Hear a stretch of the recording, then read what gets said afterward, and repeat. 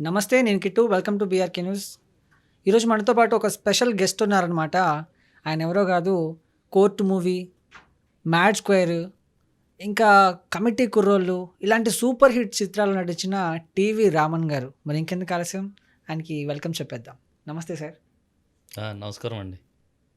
ఏమండి, మీ TV channels కొన్ని మనస్సాక్షి ఉందా? న్యాయం ఉందా?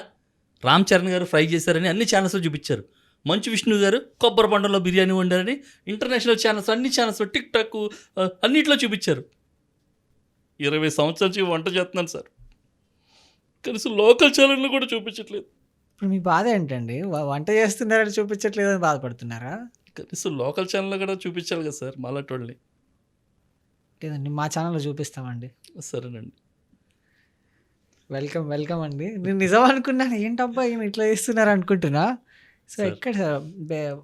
ఇవన్నీ కూడా టిక్ టాక్ ఉన్నప్పుడు చేసిన వీడియోస్ అండి అవి. ఓ సార్ టిక్ టాక్ నుంచే వైరల్ మొత్తం. అవునండి.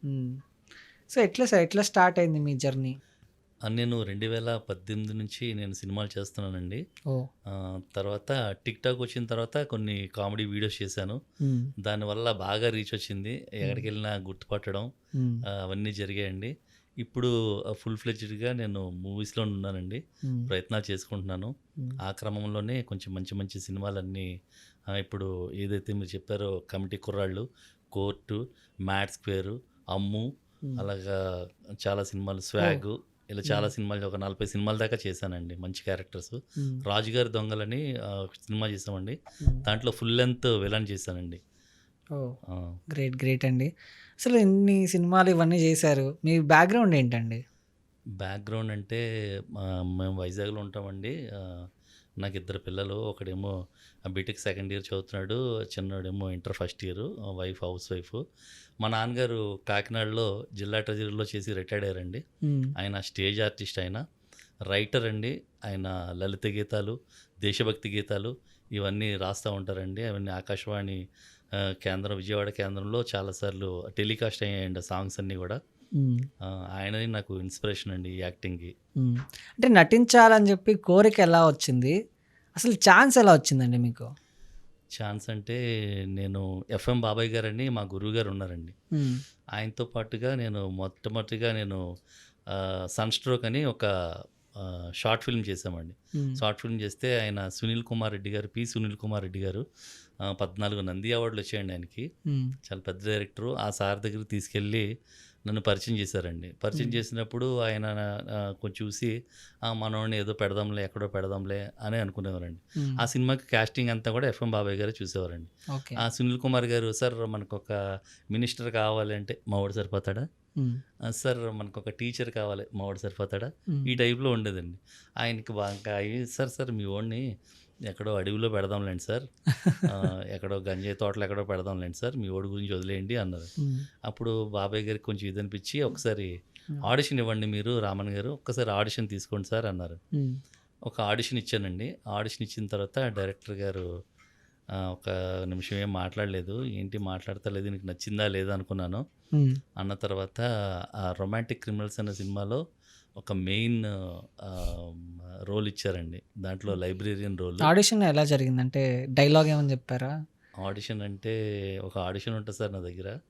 అది ఈ సినిమాకి వెళ్ళిన ఫస్ట్ ఆడిషన్ అదే ఇస్తూ ఉంటాను అనమాట. అమ్మో, ఏముంటుంది అందులో? అవును, మీరు సినిమా తీస్తే మీకు వచ్చి ఆడిషన్ ఇస్తానండి. అయ్యయ్యో. అంటే మీ నాన్నగారు పాటలు రాస్తారని విన్నాను. అంటే మీరేమైనా పాటలు పాడతారా?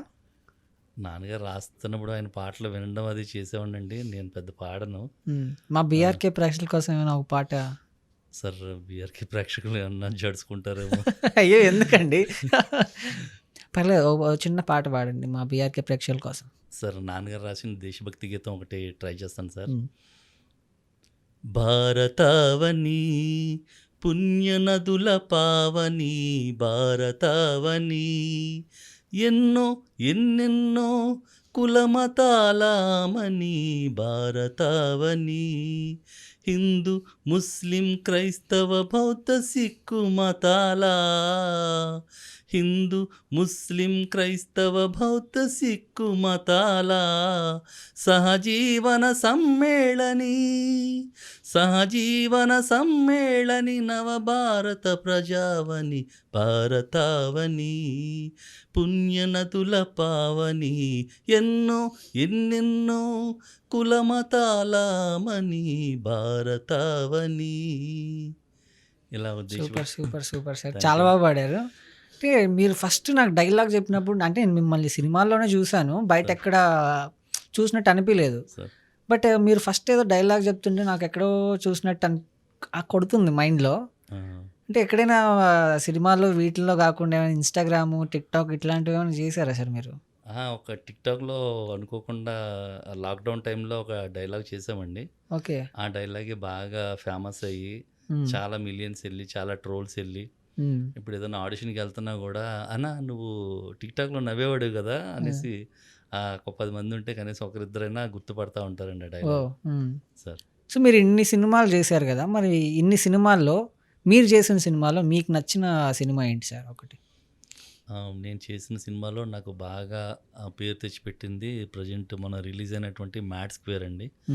మ్యాడ్ స్క్వేర్లో నేను లడ్డూకి మాయ క్యారెక్టర్ చేశాను. అది ఫస్ట్ హాఫ్ అంతా ఉంటుందండి. దాంట్లో మంచి మంచి డైలాగ్స్ చాలా రీచ్ వచ్చింది. ఇప్పుడు ఏదన్నా ఆఫీస్కి వెళ్ళినా కూడా అవునండి మీది చూసామండి, మీది బాగుందండి అని కొంచెం నన్ను రికగ్నైజ్ చేసేటువంటి క్యారెక్టర్ ప్రస్తుతానికి మ్యాడ్ స్క్వేర్ అండి.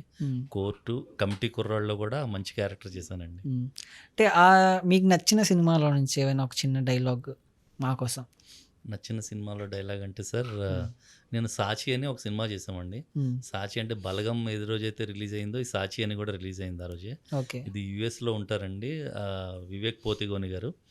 ఆయన నిర్మించినటువంటి సినిమా ఇది కూడా. ఇప్పుడు ఏదైతే నేను నవ్వుతూ మీకు ఇందాక డైలాగ్ చెప్పానో అది యుఎస్లో ఆయన చూసి ఈ క్యారెక్టర్కి నన్ను రిఫర్ చేసుకుని తెలుగు వాళ్ళందరూ పంపించి మనోడి నెంబర్ ఏది అని నన్ను పట్టుకుని నాకు ఇచ్చారండి. దాంట్లో ఒక బానోత్ అని ఒక నెగిటివ్ రోల్ చేశాను. దాంట్లో ఒక డైలాగ్ ట్రై చేస్తానండి. చెప్పండి. మళ్ళీ గేంది గట్ల నిలబడ్డావు, రా వచ్చి కూర్చో,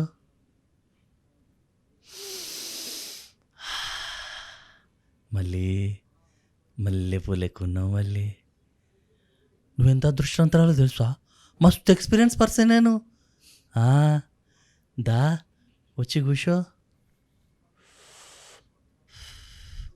అమ్మో గీ బీడితా కొంప తగలబడిపోయిందనుకో, ఇద్దరం చచ్చి స్వర్గానికి పోతాం.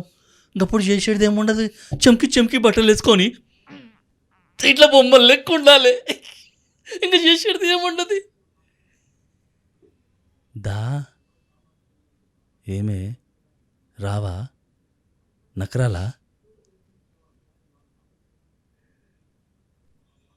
అట్లా నడుచుకొని వస్తూ ఉంటావు చూడు, నువ్వు మస్తు ఉంటావే. బాబా సూపర్ సూపర్. అసలు చూస్తుంటే నేను కూడా ఇన్వాల్వ్ అయిపోయినా మీరు ఆ యాక్టింగ్ చేస్తుంటే. సార్ యాక్టింగ్ కాదు, ఇందాక పాట కూడా చాలా బాగా పాడారు. అంటే దేశభక్తి గీతం చాలా బాగా పాడారు. Thank you. అంటే ఇది కాకుండా లలిత గీతాలు కూడా మీ నాన్నగారు రాశారని విన్నాను కదా. సో దానికి సంబంధించింది ఏమైనా ఒకటి పాడగలుగుతా? ఒక చిన్న లైన్ పాడతానండి, నాన్నగారు రాసింది. ఏడే చెలి రాడే మాలి, రాడే జతగాడే వనమాలి, ఏడే ఏడే మంచులోని తెల్లదనం నేనే, మాలలలో మహారాణిని నేనే, మాలి కళ్ళలో తెల్లదనం నామేనే, మీ మల్లిని నేనే, నీటి చుక్క దొరకని నేలల్లో, చెమట నీరుగా పోసే వేళల్లో, మాలి కళ్ళల్లో ఎర్ర జీరల్లో విరిసిన ఎర్రని గులాబీని నేనే, ఏడే ఏడే ఏడే చెలి రాడే మాలి, రాడే జతగాడే వనమాలి. Super super sir. ఇలాంటి పాటలు చాలా ఉన్నాయి సార్ నాన్నగారి మీ దగ్గర. గొంతు నాకు బాగా నచ్చింది. మీ స్వరం నుంచి నాకైతే వివాహ భోజనం అనే సాంగ్ వినాలని ఉంది సార్ నాకైతే. ఏదండి? వివాహ భోజనంబు వింతైన వంటకం అని. అది ప్రాక్టీస్ లేదు సార్. పర్లేదు మా ప్రేక్షకుల కోసం అంటే మీ వాయిస్ నచ్చింది మాకు.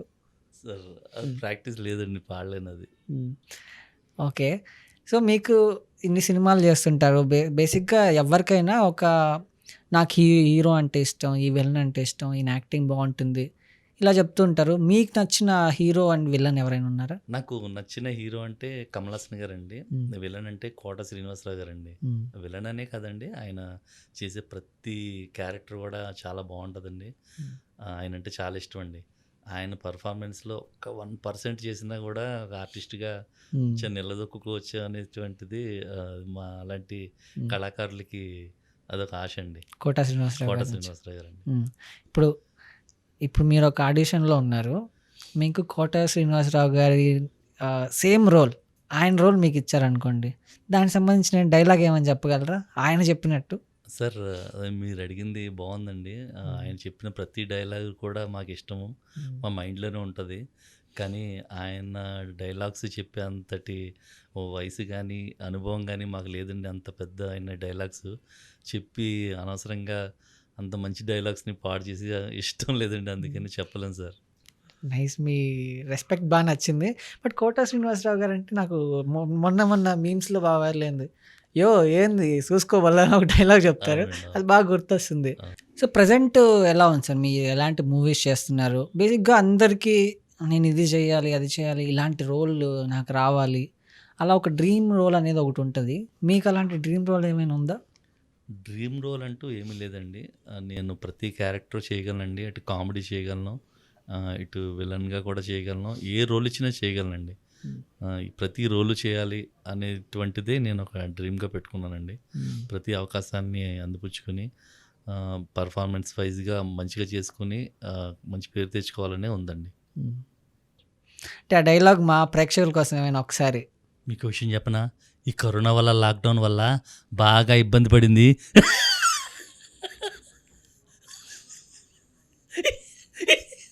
ఈ చైనా వాడు, అమెరికా వాడు, ఇటలీ వాడు కాదు. 2 ఫ్యామిలీలు ఉన్నవాడు. ఆడి బా ఆడి బాధలు ఎవడికి రా.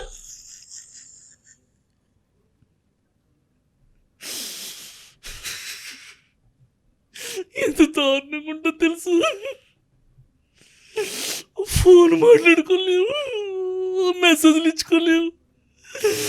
ఫోన్ మాట్లాడితే ఎవరితో మాట్లాడుతున్నావు? కేకలు. మెసేజ్లు ఇచ్చుకుంటే ఎవరికి మెసేజ్లు అని అనుమానం. ఏదో మొక్కుతోటి మెడికల్ షాప్కి వెళ్తే 10 సార్లు ఫోన్లు. అంటే కేరింగ్ కేరింగ్ కేరింగ్ కదా, పొంగు కదా. పులిహోర కలిపేస్తున్నానేమో డౌట్. ఎంతో కష్టపడి బండి వేసుకుని బయటకు వెళ్తే ఇద్దరు పోలీసు వాళ్ళు పరిగెట్టించి కొట్టేశారు. ఈ పంత ఇంత తొట్లు వచ్చాయి. ఈ కష్టం పగొడుకు కూడా రాకూడదు.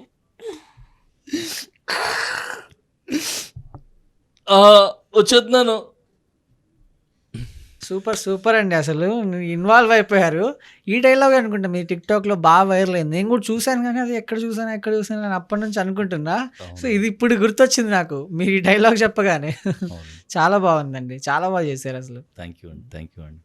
బేసిక్‌గా సినిమాల్లోకి రాకముందు ఒకవేళ రావాలి అనంటే చాలా కష్టపడాలి, ఛాన్సులు రావు ఇలా అని చెప్తుంటారు. మీరు సినిమాల్లోకి రాకముందు ఒకవేళ మీరు రావాలనుకున్న సందర్భాల్లో స్ట్రగుల్స్ ఏమైనా ఎదురయ్యాయా మీకు? ఆ సినిమాల్లోకి వచ్చి సాధించాలంటే ముందుగా గోల్ ఉండాలండి. హ్మ్. గోల్ ఉంటే ఏదన్నా చేయగలం.